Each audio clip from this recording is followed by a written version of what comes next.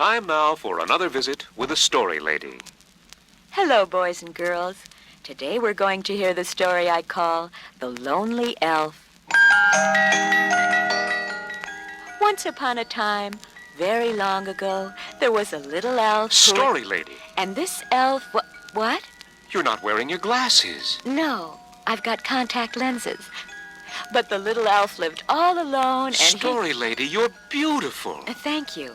Anyway, the little elf was very lonely, and more than anything else, he... Stop that. I can't help it. I love you, story lady. Stop it. Get away from me. I love you. I love you. I love you. Oh, stop hitting me with your storybook. You keep your grabby hands to yourself, you animal. But I love you. I love you. I love... All right, I warned you. Oh! Thank you, story lady. Be listening next time, boys and girls, when the story lady tells us what to do about a nasty shoulder wound. And now, boys and girls, it's time for another visit with the story lady. Today's story is one I call the frog and the grilled cheese sandwich. And it goes something like this. Once upon a time, there was this big green frog. And one day he was sitting on a lily pad, and along came the stranger. And the stranger says, is there anyone here who wants a grilled cheese sandwich? And the froggy said, story lady. Yes? Where did you get a story like that? Oh, it's an old favorite of mine. Well, it sounds as if you're just making it up as you go along. All right. So what if I am? So what? Well, it's just that... Look, I went to a party last night, and I overslept and just got up a half hour ago, and I didn't have time to prepare. So what do you want from me? Well, I mean... Besides, I think the frog and the grilled cheese sandwich is a good story. I think I make them up pretty good. Would you like to hear the rest of it? No, thank you. We're out of time for today. But be sure to tune in tomorrow, boys and girls, when the story lady will tell the heartwarming story of... The spider and the blueberry blintz. Time now for another visit with the story lady. Hello, boys and girls.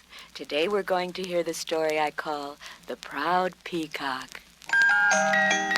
Once upon a time, the peacock was the proudest animal of the earth.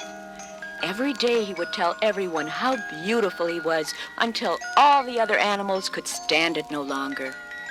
They decided that something must be done to show the peacock that he was not the most beautiful thing in the world. So they searched far and wide until finally one day they came upon a beautiful bird of paradise. They brought her with them and went to the peacock.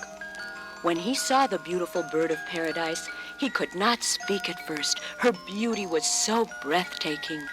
And the proud peacock now felt another emotion stirring in his heart.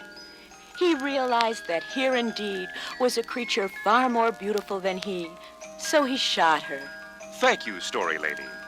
Be listening next time, boys and girls, when the story lady will sing a medley of Polish marching songs. And now, another friendly visit with the story lady. Hello, children. Today I'll tell you the story of Marco Polo. There once was a brave explorer named Marco Polo who made a lot of money on expeditions to China. He traded goods with a fierce warlord named Kublai Khan, and in exchange for steel tools, Marco Polo received silks and spices and a bunch of slave girls. But this was dull for Marco Polo, and he complained to Kublai Khan that life was meaningless, whereupon the Khan rumbled, "Then we shall liven things up with a party." So they had a wild party that lasted for a week, and everyone had so much fun that to this very day, the party is remembered as the Great Ball of China. Additional history was made at the party when someone took a lot of Marco Polaroid pictures showing Kublai Khan kowtowing. And we all know what that means in Chinese. Thank you, story lady. Be with us next time, boys and girls, when the story lady will tell us the story of Pittsburgh, the city that disappeared in 1937. Time now, boys and girls, for another visit with the story lady. Hello, boys and girls. Today we're going to hear the story I call Goldilocks. Once upon a time, a little girl named Goldilocks was wandering through the woods when she came to a quaint little house nestled in the trees. Since she was very tired, she went inside. There on a table, she saw 3 bowls of porridge. She tasted the first. "Oh," she said, "this porridge is too hot." She tasted the second, but said, "This porridge is too cold." Then she tasted the third. She smacked her lips and said, "This porridge is just right.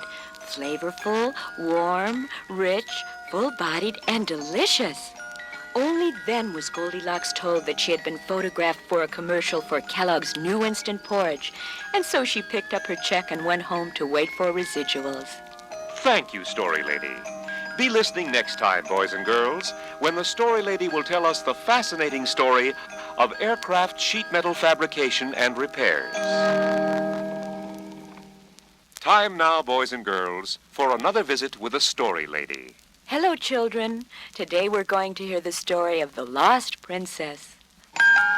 Once upon a time, a handsome knight was to be married to the most beautiful princess in all the land. But little known to the knight, a wicked witch had been spattered by mud as the princess' carriage passed her. She cursed the princess, who immediately lost her memory and wandered about the kingdom lost. The knight vowed to search until he found her. He searched for many years. Then one day he happened upon a traveling gypsy caravan, and there tending the horses and reading palms, dressed in shabby gypsy garb, was the lovely princess. The knight rushed to her, told her who she was, and said that he was going to marry her and take her back with him, where she would be princess over the entire kingdom. The princess looked at him and said, "What? And leave show business?" Thank you, Story Lady. Be with us next time, boys and girls, when the Story Lady tells us another enchanting tale taken from the pages of the National Enquirer. Time now, boys and girls, for another visit with the Story Lady. Hello, children. Today's story is called Moby Dick. Once upon a time, there was a man named Captain Ahab, who was the master of a great sailing ship called the Pequod. Captain Ahab went forth across the seas in search of whales. He had a great hatred for a certain white one known as Moby Dick, and so he took a large gold piece and nailed it to the mainmast of the ship, and then called his crew together. "Whomsoever first sights the great white whale Moby Dick shall have this gold piece," he announced. No sooner had he spoken when every man on the boat yelled, "Thar she blows!" "Whoever said that first, take one step forward," said Captain Ahab. Every member of the crew took one step forward. "No, no," said the captain. "Just the man who saw it first is supposed to step forward." Once again, every member of the crew stepped forward.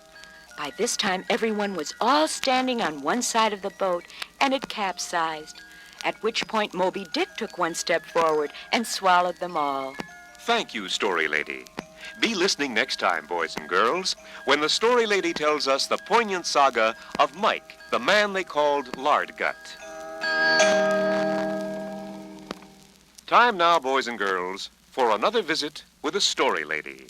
Hello, boys and girls. Today we're going to hear the story I call Androcles and the Lion. Once upon a time, there was a kind young man named Androcles, who came upon a lion who had a thorn in his paw and removed it. Years later, Androcles was captured and told that he would have to be sent into the arena. Bravely he went into the arena. A cage opened and a great hungry lion came out.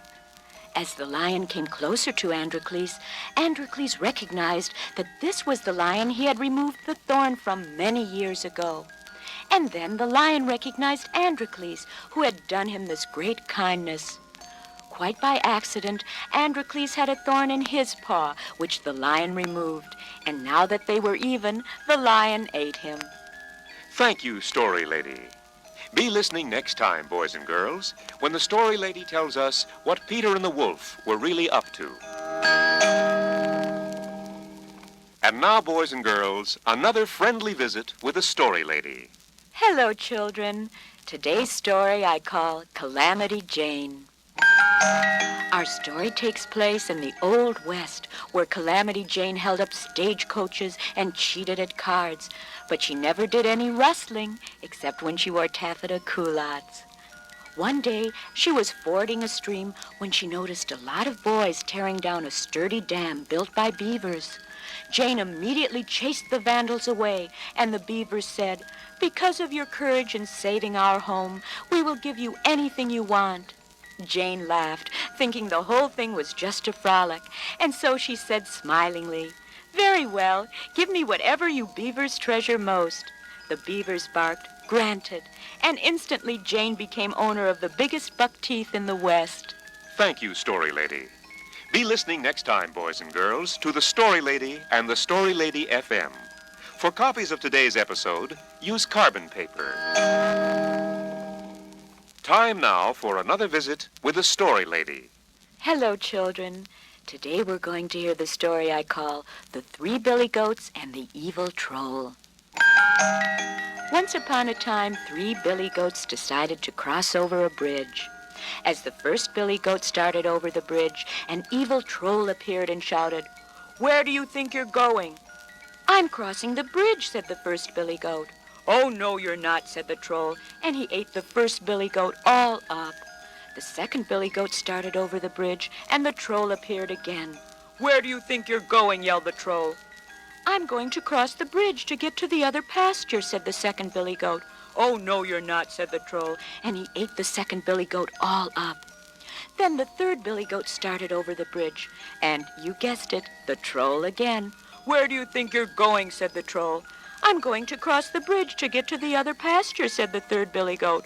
"Well, okay," said the troll. "Go ahead, but it's a good thing for you I'm a vegetarian." Thank you, Story Lady. Boys and girls, be with us next time when the Story Lady breaks a 4-inch thick wooden board with her forehead. Time now, boys and girls, for another visit with the Story Lady. Hello, boys and girls. Today we're going to hear the story I call The Snail and the Sea Serpent. Once upon a time, there was a snail and a sea serpent, and they were very close friends who went everywhere together. But the sea serpent was a monster and ate everyone that they met, so that it became hard for the snail to cultivate new friends when he was with the sea serpent. Finally, one day the snail said to the sea serpent, "You must stop this. We are close and old friends, but I cannot introduce you to anyone. Must you gobble up everyone?"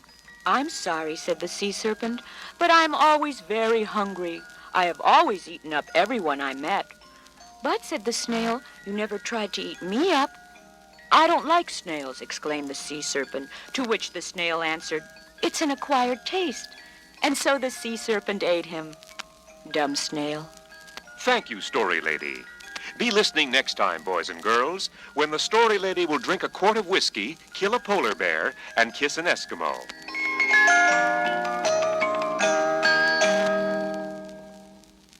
Time now, boys and girls, for another visit with the Story Lady. Hello, boys and girls. Today we're going to hear the story I call The Poor Musician. Once upon a time, there was a very poor musician who wanted more than anything else to be recognized for his music, which was very, very good. Finally, he saved his money until one day he had enough to make a record of one of his songs, sure that it would become a big hit and that he would become very famous. But for 20 long years, the record hardly sold a copy, and the poor musician gave up his musical career and took a job working in a shoe shop. Then many years after the record had been made, in a small radio station in Kentucky, a disc jockey picked up the record quite by accident and played it on the air. And almost right away he was fired because the station had a top 40 format. Thank you, Story Lady. Be listening next time, boys and girls, when the Story Lady will dive into a number 9 can of tomato paste. Time now for another visit with the Story Lady. Hello, boys and girls. Today we're going to hear the story I call Brave Dog Bowser. Once upon a time, there was a family who lived in an old house, and they had a big, friendly dog named Bowser. And late one night, after Mother and Father and little Jimmy were in bed, something awakened their big, friendly dog. He sniffed the air, and the hair on his back began to bristle. He went into Jim's bedroom and dragged the sleeping little boy out into the lawn. Then he ran back inside the house, and brave dog Bowser went into Mother and Father's bedroom and barked, tugging on Father's pajamas. He led them out of the old house. Bowser was indeed a brave dog, and he probably would have saved the lives of the whole family if the house had been on fire. But it wasn't, so they hit him with a rolled-up newspaper. Thank you, Story Lady. Be listening next time, boys and girls, when the Story Lady will tell us a beautiful story called Eleanor and Her Magic Fern. Time now, boys and girls, for another visit with the Story Lady. Hello, Byron. Hello, Story Lady.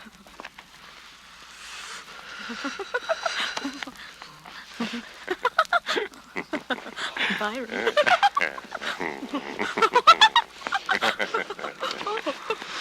Thank you, Story Lady. Be listening next time, boys and girls, when the Story Lady will tell you just what's going on here between us. It's time once again, boys and girls, for another visit with the Story Lady. Hello, boys and girls. Today's story is one I call The Princess and the Swan.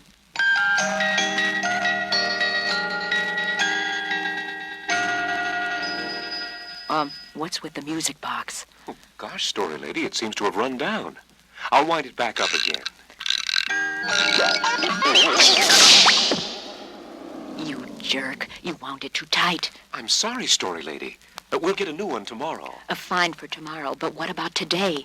Well, you could do it a cappella, with no accompaniment. No music, no story. Well, you've got to tell the boys and girls a story, Story Lady. Have you checked my contract? Read it yourself, paragraph 6. Paragraph 6. Oh. Story Lady shall be furnished with musical accompaniment for all stories in accordance with the American Federation of Musicians contract with this radio station. And you want me to be a scab? Oh, no, Story Lady. I'm sorry. Wait a minute, I have an idea. Here, how's this?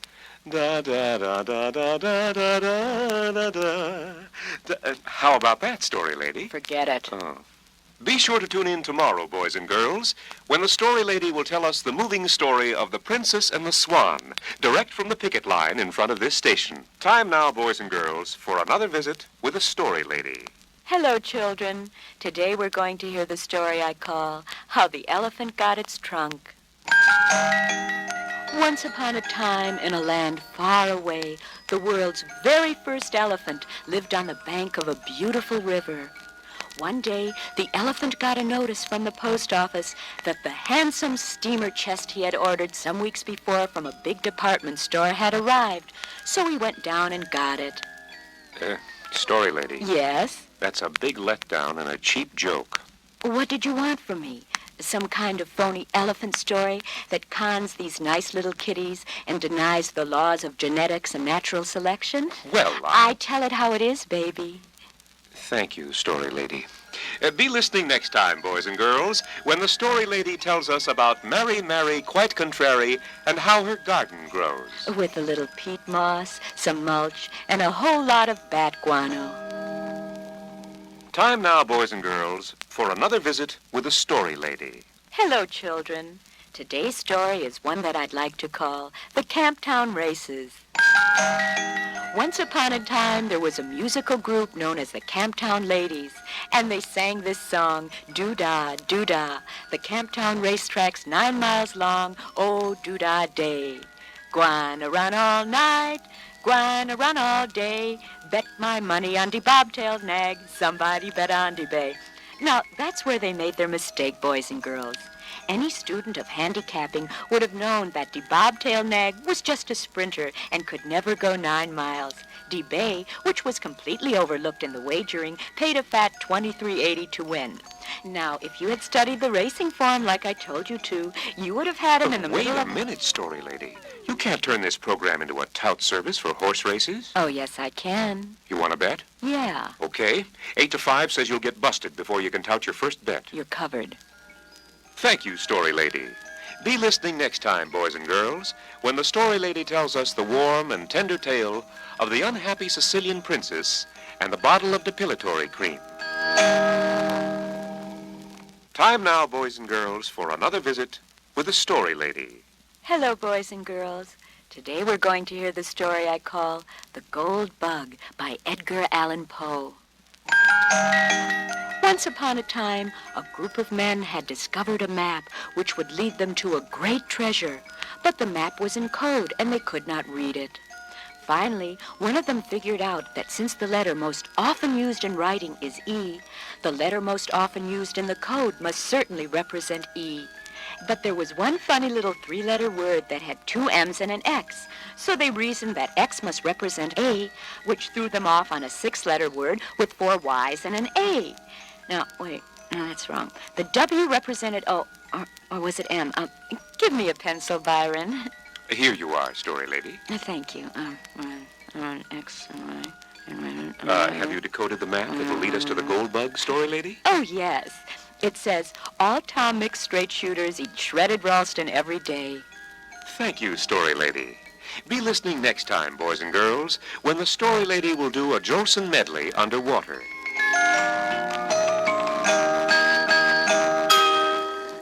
Now, once again, boys and girls, it's time for the Story Lady.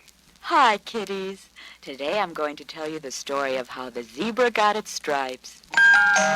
Once upon a time, in a kingdom far away, there lived the world's very first zebra. Not too much was happening, so one day the zebra joined the army, and in no time at all he worked his way up to corporal. Is that all, Story Lady? No. Actually, he eventually became a master sergeant, but I just wanted to tell the important part. What? Nothing. Thank you, Story Lady. Be listening next time, boys and girls, when the Story Lady tells us how the zebra got busted. Is that supposed to be funny? No. Was yours? Why, you... Don't touch me! Time again, boys and girls, for another visit with the Story Lady. Hello, children. This is the story of Florence Nightingale. When Florence Nightingale was a little girl, she loved to play doctor with the other children. And she was so good at playing doctor that everyone thought she should become a nurse when she grew up. And that's exactly what she did. At the Battle of the Crimea in 1854, she was the only nurse on the battlefield with all those lonely, anxious soldiers. She took such good care of them that a group of kindly cavalrymen wanted Florence to look after their morale all the time and be in full charge of the Light Brigade. But their company doctor said she was far too young and pretty for such a grave responsibility. So instead, he painted her throat with some purple antiseptic stuff. Thank you, Story Lady. Be listening next time, boys and girls, when the Story Lady will tell us whether a macadamia nut is an inmate of a Greek asylum or not. And now, another friendly visit with the Story Lady. Hello, children. This is the story of a forest ranger and a grizzly bear. Once upon a time in Yosemite National Park, there was a forest ranger named Harold, and he loved to live outdoors and swim in the cold river all year round. The other rangers made extra money sending grizzly bears over the falls in a barrel, but not Harold. He thought that was cruel. One evening, a huge, fierce-looking grizzly bear stopped him in the forest and growled, "Out of my way!" But Harold looked him right in the eye and said, "Bears can't talk." And with that, the bear did an incredible thing. He ripped both of Harold's arms off and chewed them right up. And from that day on, Harold stopped liking grizzly bears. Thank you, Story Lady. Next time, boys and girls, the Story Lady will describe 101 things a resourceful teenager can do with catgut. Time now, boys and girls, for another visit with the Story Lady. Today's story is one I'd like to call The King's Ransom. Once upon a time in a far-off land, there lived a king whose hobby was woodcutting. As he was riding in the forest one day, he came upon a magnificent oak tree, and he took his royal axe and chopped it down. No sooner had the tree hit the ground when a wicked witch popped out of the upper branches. "Destroy my home, will you?" screamed the witch. "If you don't give me every cent you own, you'll be dead by sundown." But I never carry more than 50 sovereigns in cash when traveling, answered the king. You heard me, she retorted. Go get the money or it's curtains. The king raced back to his castle and collapsed on his throne. Quick, he said to his wife, withdraw all the money from the royal treasury or I'll be dead by sundown. The queen rapidly exited, withdrew the money, and put it in a short-term double indemnity life insurance policy on her husband. Thank you, Story Lady. Be listening next time, boys and girls, when the Story Lady milks a pet viper.